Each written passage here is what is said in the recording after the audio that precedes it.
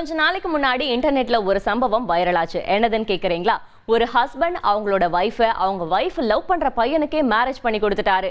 இத பார்த்ததும் எல்லாரும் அந்த வானத்தை போல மனம் படைச்ச மன்னவனே அப்படின்னு கமெண்ட்ஸ்ல தெரிக்க விட்டுட்டு இருந்தாங்க. இப்ப என்னடானா திடீர்னு அவங்க கல்யாணம் பண்ணி கொடுத்த அந்த 2வது ஹஸ்பண்ட் வீட்டுல இருந்து அவங்க வைஃபை மறுபடியும் கூட்டிட்டு வந்துட்டு இருக்காரு. அவர் சொன்னது ரீசனை கேட்டா சிரிக்கிறதா இல்ல பாவப்படுறதானே தெரியல. உத்தரப்பிரதேச மாநிலம் சந்த் கபீர் நகரைச் சேர்ந்த பப்ளுவுக்கும் ராதிகாவுக்கும் திருமணமாகி 2 குழந்தைகள் இருக்காங்க. ஆனா ராதிகாவுக்கும் அதே ஊரைச் சேர்ந்த விகாஸுக்கும் தகாத உறவு இருக்கிறது தெரிஞ்சதும் பப்ளு பிரச்சனை ஏதும் பண்ணாம ராதிகாவை விகாஸுக்கே திருமணம் செஞ்சு வச்சாரு.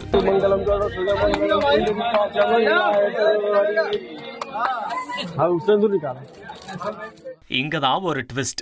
விகாஸ் வீட்ல இருந்து ராதிகாவை மறுபடியும் தன்னோட வீட்டுக்கே கூட்டிட்டு வந்துட்டாரு பப்ளு.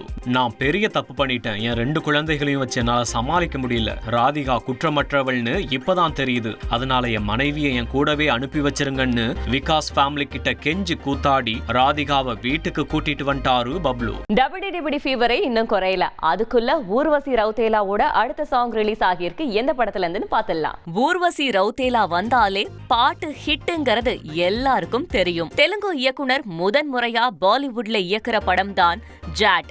நம்ம சன்னி தியோல் நடிக்கிற இந்த படத்துக்கு தமன் தான் இசை. வர 10ஆம் தேதி ஜாட் படம் பேன் இண்டியா மூவியா ரிலீஸ் ஆக போகுது. இந்த நிலையில ஜாட்டோட ஃபர்ஸ்ட் சிங்கிளான டச் கியா வெளியாகி இணையத்தை கலக்கிட்டு இருக்கு. செய்திகளை உடனுக்குடன் தெரிந்து கொள்ள உடனே சப்ஸ்கிரைப் பண்ணுங்க.